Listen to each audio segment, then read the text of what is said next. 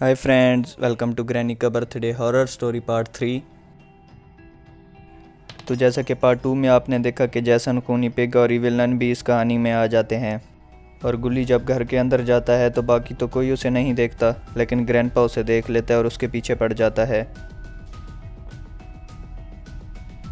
तो अभी गुली छुपने की जगह ढूंढ रहा होता है कि वहाँ पे वो कहीं पे छुप जाए और फिर ग्रैंडपा के जाते ही यहाँ से बाहर निकले।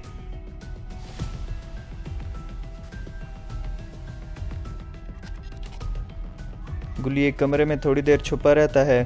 ग्रैंडपा उस कमरे का दरवाज़ा खोलता है लेकिन वो अंदर नहीं आता। ये गुली की बहुत बड़ी खुशकिस्मती होती है। गुली फिर से टॉयलेट में घुस जाता है और वहाँ से इतनी ज़्यादा बदबू आ रही होती है कि फ़ौरन बाहर निकलता है। अभी गुली को एक ऐसी जगह मिल जाती है जहाँ पर वो केक को छुपा सकता है, यानी कि शॉन को छुपा सकता है। गुली एक तहखाने में आ जाता है और केक को वहीं पे रख देता है।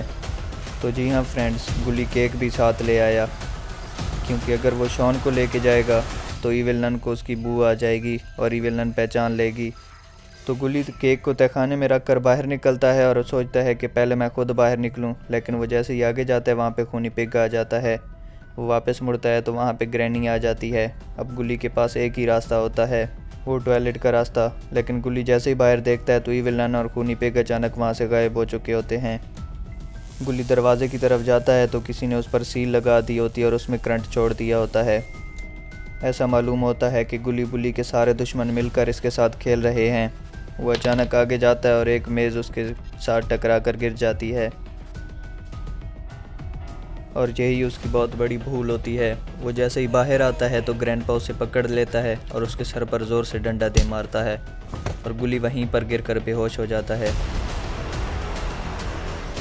तो काफ़ी देर गुजरने के बाद रॉड ग्रैनी के पास आता है और उसे कहता है, मैं तुम्हारा गिफ्ट लाना भूल गया, तुम ये आइसक्रीम खाओ, तब तक मैं तुम्हारा गिफ्ट लेकर आता हूँ और मेरे आने से पहले केक ना काटना।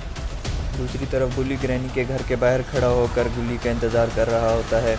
वो घर के सामने नहीं खड़ा होता कि कोई और विलेन आए तो उसे देख ना ले, इसलिए पीछे खड़ा होता है कि अचानक उसे रॉड के जाने की आवाज़ आती है।